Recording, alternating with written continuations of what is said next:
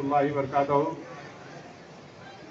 नशीन पे तशरीफ फरमा जनाब एस राजेंद्र रेड्डी साहब MLA और कैंडिडेट, और जनाब महमूद अली साहब होम मिनिस्टर तेलंगाना स्टेट, और जनाब इम्तियाज इसाक साहब chairman minority finance corporation Telangana state, और जनाब अनुसुया चंद्रकांत साहब चेयरपर्सन म्यूनिसपालिटी, और जनाब MIM के सदर डिस्ट्रिक्ट फादर साहब, और टाउन सदर चांद साहब, महमूद साहब, और तमाम TRS के कायदीन और MIM के कायदीन, आप तमाम, और साथ ही साथ जो इस महफिल में तशरीफ़ फरमा बुजुर्गों, दोस्तों और पसे पर्दा सुनने वाली मेरी माओ बहनों, आप तमाम के सामने मैं जनाब सदर मोहतरम बैरिस्टर असदुद्दीन अवैसी साहब का एक पैगाम और अपील लेकर आपके सामने हाजिर हुआ हूँ।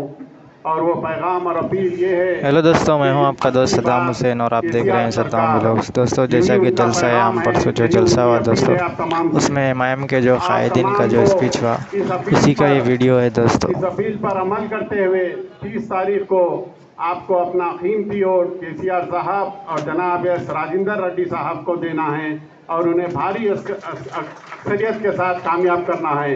इसकी पसे पर्दा जो वजूहात हैं, जो भी वजूहात हैं, वो तो आप हर इंसानों से सुनेंगे, हर आपके मुखर्रीर बताएंगे आपको कि क्या उनके वजूहात है जो हमें मुसलमानों को KCR साहब को वोट देना है। उसमें ख़ास एक वजूहात ये है, एक वजह ये भी है कि आज जिस पुरअमन अंदाज में तेलंगाना में हमारी कौम और तमाम हिंदू मुस्लिम भाई अमन व अमान के साथ, एक कौमी यकजहती के साथ, एक भाईचारगी के साथ जो ज़िंदगी गुजार रहे हैं, ये सबसे बड़ी वजह है जिसकी वजह से हमें KCR सरकार फिर एक बार चाहिए। और इसी तरीके से आप जानते हैं जो माइनॉरिटीज़ के लिए जो पिछले 75 सालों में कोई स्कीम नहीं थी, आज तक कभी किसी ने आवाज़ उठाकर किसी ने पूछा नहीं था। ये कांग्रेस को कभी किसी ने नहीं पूछा, ये तेलुगु देशम को किसी ने नहीं पूछा कि हमारी माइनॉरिटी के लिए क्या स्कीम है आपके पास। लेकिन ये बगैर पूछे कि आपके सामने जो KCR साहब ने जो इन चंद सालों में 9 सालों में जिस अंदाज में आपके सामने एक बेहतरीन अंदाज में जो है ना आप स्कीमात ला रहे हैं, जैसे कि तालीमी बच्चों की तालीम के जो स्कूल्स हैं, इसी तरीके से शादी मुबारक के जो स्कीम है, इसी तरीके से जो बच्चे की पैदाइश की जो किट है, इसी तरीके से मैं क्या कितना गिनते जाऊँ, काफ़ी है।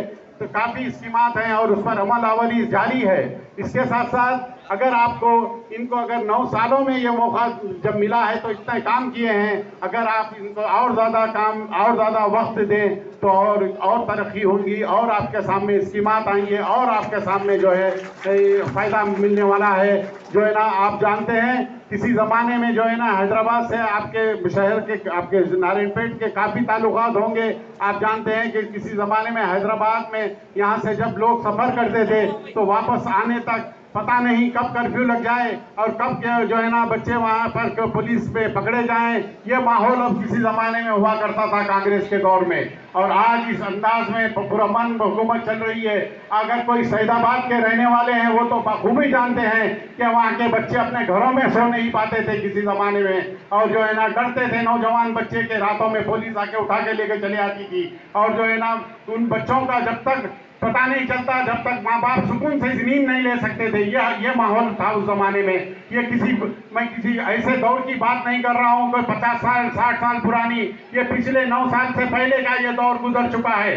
ये 9 साल 10 साल पहले जो हालात थे वहाँ के हैदराबाद के आप तमाम बेहतर वाकिफ हैं। और अगर जो बच्चा पिछले 10 साल पहले 10 साल का था वो आज 20 साल का होगा, उसे भी आपको बताना होगा कि कैसे माहौल से आप लोग गुजरे हैं। अगर वो बच्चे आज फिर उसी पार्टी की तरफ मुतवज्जे हैं तो उनको तवज्जो दिलाना होगा कि देखिए हम जानते हैं तुम 10 साल के थे उस जमाने में, 10 साल पहले जो हुकूमत थी वो हुकूमत हमारे बच्चों के साथ कैसा सुलूक करी, हमारे हैदराबाद में कैसा माहौल था, ये आपको उनको बताना ज़रूरी है।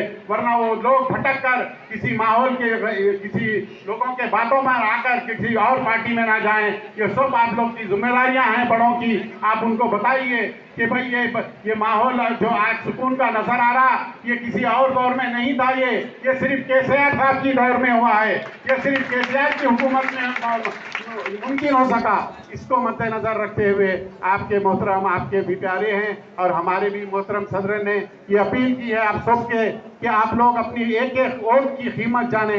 अब की बार फिर वही केसीआर सरकार, यही उनका नारा है। तीसरी बार फिर एक बार हम उनको लाएंगे और जो है ना उनकी हैट्रिक पूरी करेंगे, यही उनका नारा है। जैसा कि बार बार वो बता रहे हैं कि अब की बार मामू की सरकार, इंशाअल्लाह हम मामू को जरूर लाएंगे और हम केसीआर साहब को जिताएंगे। और आपके मुकामी एमएलए साहब जो कि ये मशहूर हैं कि यहाँ पर जो जिस अंदाज में हम, क्योंकि हम भी महबूब नगर के रहने वाले हैं, हम जानते हैं नारेपेंट का जो माहौल था इसी जमाने में कि लोग खौफ और दहशत में जैसा हैदराबाद और सईदाबाद में रहते थे, यहाँ पर भी वही माहौल था। लेकिन इनके आने के बाद यहाँ का माहौल एक पुरअमन माहौल हो चुका है। राजेंद्र रेड्डी साहब को ये एजाज हासिल है कि उन्होंने यहाँ के माहौल को बहुत पुरअमन कर दिया है। इसीलिए आपको उनको फिर एक बार जिताना है और उनको वोट देकर फिर अपने माहौल को पुरसुकून रखना है और जो है ना आपको एक बार फिर एक बार उनको जिताना जरूरी है। 30 तारीख को आप लोग अपने घरों से जल्द निकलें और जो बच्चे, जो मैं आपको फिर एक बार बोलूं कि जो बच्चे इस वक्त नौजवान हैं उनको पता नहीं है पिछले माहौल का, उनको बताते हुए उनको उस पार्टियों से दूर रखें जिस पार्टियों के माहौल में आप लोगों ने जिंदगी गुजारी थी। जो किरण अकबरुद्दीन अवैसी साहब ने कहा था ये आखिरी किरण है, इंशाअल्लाह वो हमेशा आखिरी रहेगी, ये हमारा नारा है। इंशाअल्लाह आप तमाम जानते हैं कि उस दौर में जब कैसी किरण कुमार की हुकूमत थी, हमारे कायदीन पर क्या क्या जुल्म नहीं किए वो लोग, जबकि वो लोग उनका साथ लेकर, उनका वोट लेकर, उनकी जो भी अपनी मोहब्बत थी मुसलमानों की, वो सब लेकर भी हमारे कायदीन के साथ उन्होंने जुल्म किया है। इस सब को मद्देनजर रखते हुए हमें केसीआर साहब को जिताना है, एस राजेंद्र रेड्डी साहब को आपको वोट देना है। यही ताकत है जो केसीआर साहब को फिर एक बार सीएम बना सकती है। आप तमाम का शुक्रिया, जो वक्त दिया गया है उनका भी शुक्रिया। अस्सलाम वालेकुम व बरकातुहू। सैनशीन पे तशरीफ फरमा।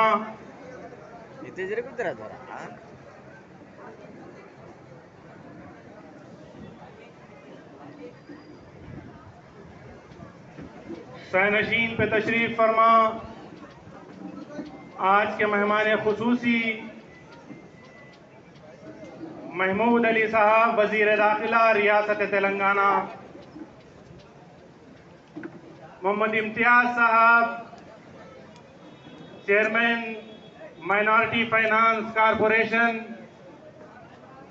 और मेरे मजलिस इत्तेहादुल मुस्लिमीन के मुत्तहिदा अज़ला के सदर व इंचार्ज जाबिर साहब, मजलिस इत्तेहादुल मुस्लिमीन के अरकान और इस जिले नारायणपेट से बीआरएस से पेश करता उम्मीदवार आपके और हमारे दिल अजीज कायद आली जनाब राजेंद्र रेड्डी साहब। मैं जनाब अलहाज अब्दुर्रहमान साहब दूल्हे से ख्वाहिश करता हूँ कि इसके नशीन पर तशरीफ लाएं। ऑल काउंसलर्स ऑप्शन मेंबर्स भी, जेडपी मंडल नारायणपेट टाउन।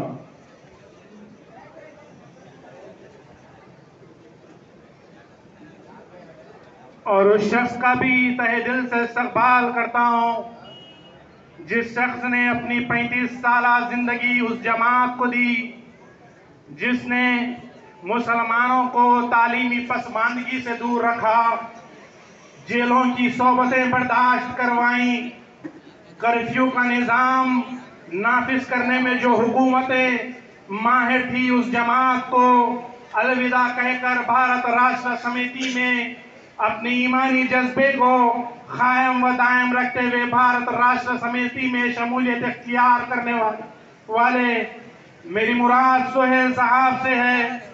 और मेरे अजीज दोस्तों, मजलिस इत्तेहादुल मुस्लिमीन के जिले नारायणपेट के सदर अब्दुल कादर साहब, मेरे वालिद मोहतरम सैयद महमूद साहब जिले नारायण। मैं आली जनाब विठलराव आलिया साहब से रिक्वेस्ट करता हूं कि कम ऑन द डैश। मेरे अजीज दोस्तों, पहले तो मैं आपका मशकूर व ममनून हूँ, आपने इतना कीमती वक्त निकाल कर इस इजलास में आने की तकलीफ की।